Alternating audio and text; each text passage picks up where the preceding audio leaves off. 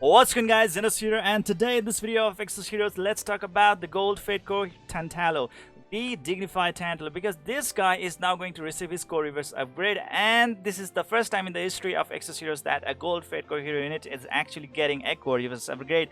This is definitely promising us that in the upcoming future, other Fate Core hero units that are of the gold rank, like let's say Gold Fate Core Bathory, Fate Core Raquel, Fate Core Garf, Fate Core Ullum, are also going to receive the core reverse upgrade, with which definitely they are going to be more helpful in the PvP contents and maybe more feasible in the PvE contents as well. Well, let's hope for that one. Anyways, now let's look into this detail right over here. It says, notice core reverse chance increase Dignified Tantalo recruit. Period is going to be starting from tomorrow, that is September 21st, Monday, after the main temporary maintenance, till September 28th, Monday, 1:59 UTC time. So a total period of 1 week. Main hero is gonna be, you can recruit hero plus Fate Core with higher probability than the premium recruitment. Yes, ladies and gentlemen, in his summon banner, you'll be able to summon him at 0.5% drop rate chance. And on top of that one, if you did not manage to summon him within 28 multi summons, then you will be able to pity summon him as well. So if you really do want to pity him, just be prepared with 19,600 cells. But if you do already have him, no need to worry at all. No need to summon him anymore, because the new effects are automatically going to be applied on him. It's not a new hero unit, okay? It's just that like the new skill effects are new. That's going to be applied on any pre-existing Fate Core Tantalo. Skill changes, it says. So let's see what are the new skill effects that has been added to the skill sets of this hero unit right over here, which says Overpower and Sworn Friend has been added on the passive skill. Alright, that sounds really cool, isn't it? Cheesy. A passive skill effect, it says the name is Block 2. Afflicts all the enemies with provoke for 10 freaking turns. That's really cool, guys. Being able to provoke the opponent is really helpful, especially in the PvP contents. Being able to disrupt their battle momentum is quite helpful in order to have strategical advantage against the opponents. And on top of that one, being able to force all the opponents to attack himself, as himself being a very bulky and a tanky hero unit, it is quite helpful in mitigating out a lot of damage. And on top of that one, he can allow that protection to the squishy hero units in the team as well, because all the allies are just focused on attacking him only. So there we go, guys. And he also grants himself the heal over time effect that heals 20% of attack every time for 5 turns. Kind of quite helpful in providing him self-sustenance. Gain mana 1 mana if on health is 20% or less when triggered. It's pretty good to see that like he can actually gain some extra mana, but health is at 20% or less. It seems a little bit impractical.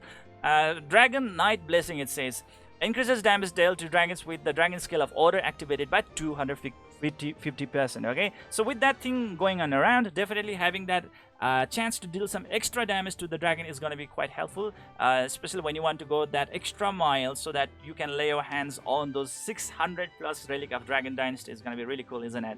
And being able to mitigate the damage of the dragon is going to be quite helpful, as well as he decreases the enhanced dragon fang effect used by the natural element dragon of order by 20%. You have to note that the Tantalo, the Gold Fate Core Tantalo, is of a nature element type, and he, as being a Banga hero, he also has that hard strike stuff going on around in his passive skill effect, meaning like at hard strike level 1 that is inflicted on a certain target, he is going to decrease the attack speed of the target by 20 points, okay? And at hard strike level 2, when he actually attacks the same target again, what's going to happen is that he's going to decrease the defense of the target by 1000 points. Can be quite helpful, especially in the PvP contents when you actually face a solo first guardian hero unit, or trying to really like manage or handle those first cards units really fast. Then this effect can be quite helpful. Being able to decrease the defense can be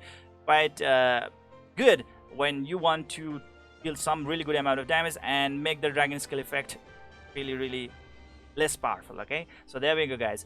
Hard strike level 3, it says deal 200% damage to all enemy upon activation. It's like, all right, I mean, like, you cannot really expect him to deal a lot of damage, okay?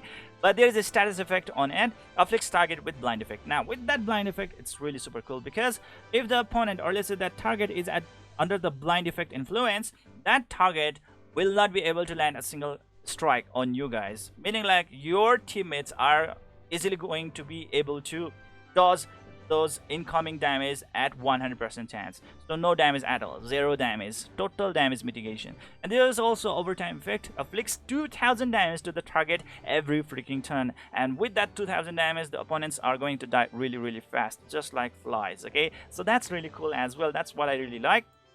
And right over here it says overpower. Overtime effect, it says decreases the critical damage of the target by 300%. This is a new effect that has been recently applied to the Fate Core Tantalo, but the thing is that like this statement I think is incomplete. All right, it says like of the target. Which target? What kind of target? Okay, is this target is kind of referring to that target with the hot strike effect going on around, or is this target that target on which he is going to attack? Okay, like let's say first condition. All right, if he's going to decrease the critical hit damage of that target with the hot strike, then I think it's not really that effective. Come on, man. Those opponents who has the highest SP, because that hot strike is gonna be automatically applied to those opponent with the highest max SP, right? And on that case, usually those opponent or those units with the highest SP are not the one with the highest attack, okay, or this highest critical hit damage stats, and this effect is gonna be not really that effective. But if he's actually going to decrease the critical hit damage of that target on which he's going to attack, then that might be something really useful. But we also need to consider his attack speed. He actually will always go lost in the battle. Why? Because he only has 32 attack speed points. Think about it, man. That is so low. That is freaking low. In the current PvP meta, round 1 is the round where most of the battles really get, just finished because of the signature force that's happening around. All right, and with that thing going around, man. I really don't think with his low attack speed stat, I think which is about 32 points, it's not really that effective. Okay, so overpower, I really have some speculative eyes on that one. I'm pretty much pessimistic about that one. Anyways, the next new effect is gonna be Swarm Friend, which I think can be quite game changer. Okay, think about it.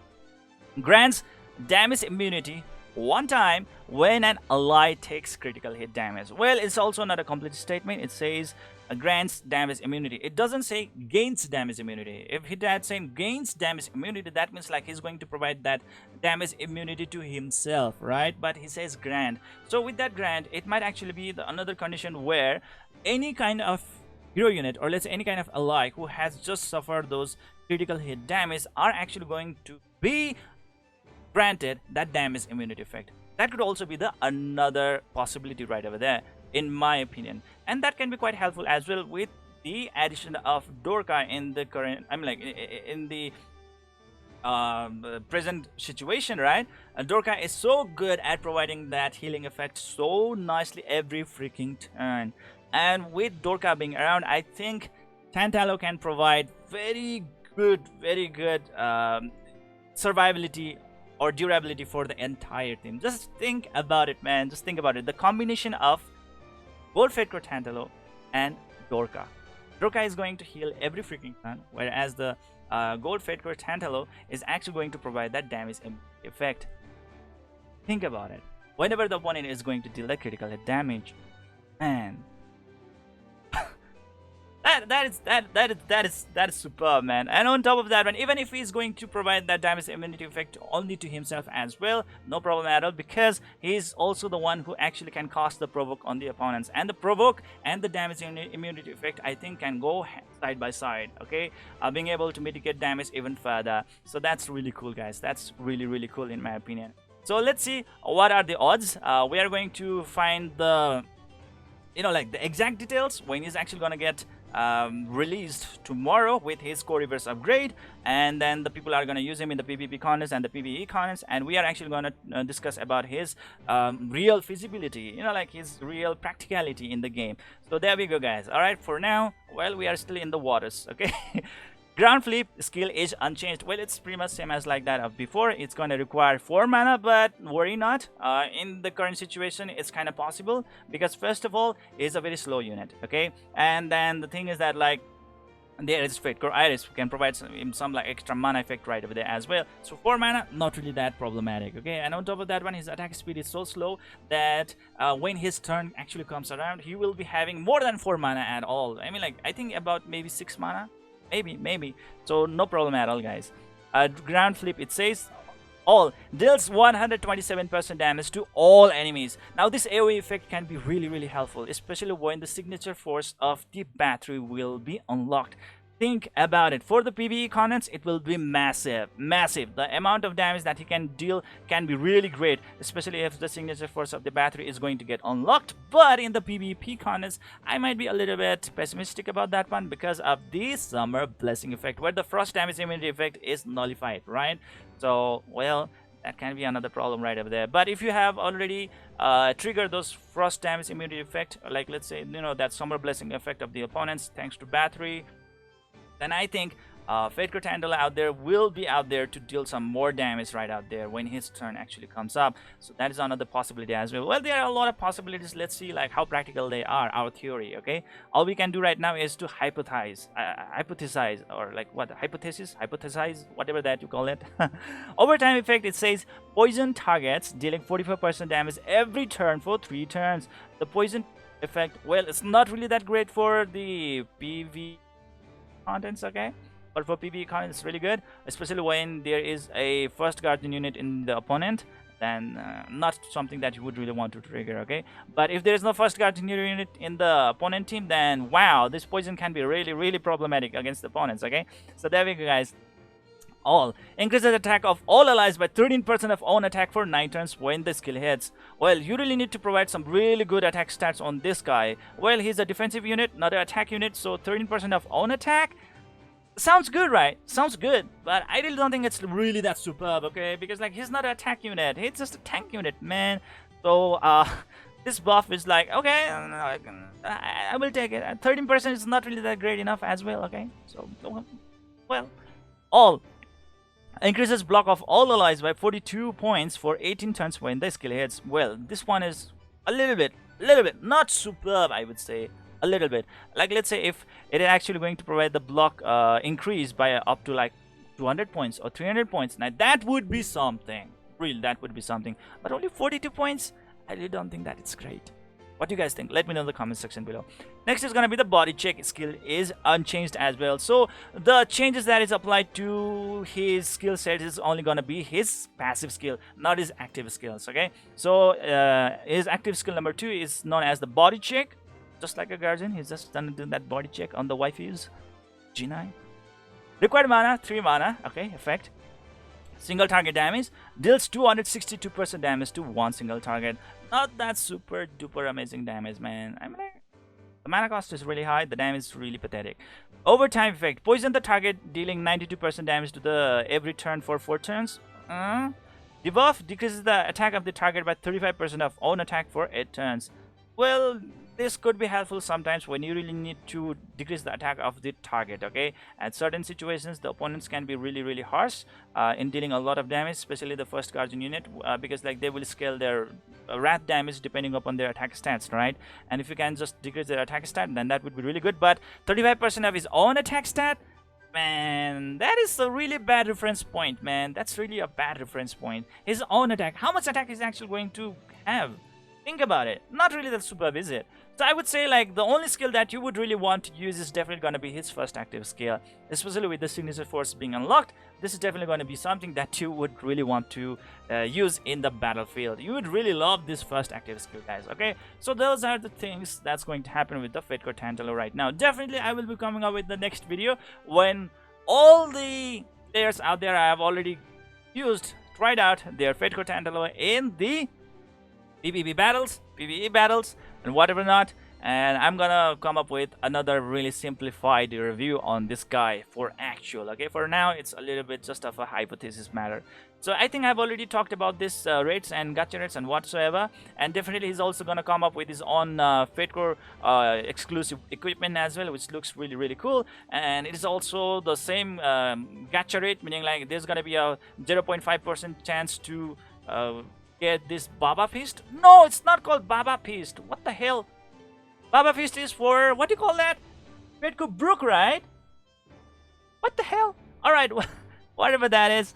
Anyways, the exclusive weapon of the Fate Core Tantalo has 0.5% chance to get dropped, and there is going to be a 28 core mileages for you to PD this thing right over here, guys. Anyways, as in a summary, this guy for now is still a little bit in waters. We cannot really be actually sure like what he can actually be able to do, because the statements right over here is not properly indicated, or it's not totally clear, and the sworn friend is also not really that clear. But I would say like I'm pretty much pessimistic about the overpower. I really don't think it's really going to be that effective, because first point is really slow unit with only 32 attack speed points. I'm like, what is he actually going to do? Okay, that's the thing. And if he's actually going to apply this on the hard strike targets, then I think I would say like it's already useless, already useless.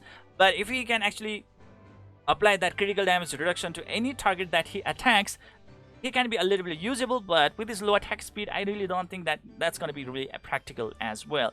Next is going to be Sworn Friend. Well, grants damage immunity one time when an ally takes the critical damage. The thing is that like which target? Okay, is it only himself, or is it gonna be those allies who have just received the critical damage? Now that is the question right over there, guys. Or maybe all the allies. Who knows? Okay, so that's the point right over there. But anyways, having that damage immunity is really a great thing, even if it's only for himself, because it has a really good combination with that provoke that he can inflict on the opponents. And on top of that one, if he can actually provide those immunity effects to those allies who have just received that critical hit damage, oh my god, that would have been much better, because with the combination with Dorka, things are actually looking out very good, guys.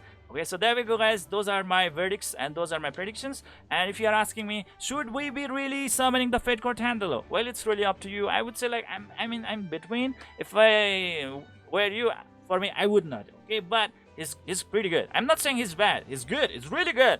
It's just that like I have my eyes set on like other hero units and other upcoming K-pop hero units, the Fate Core upgrades, or Fate Core hero units, like let's say Fate Core Jinai.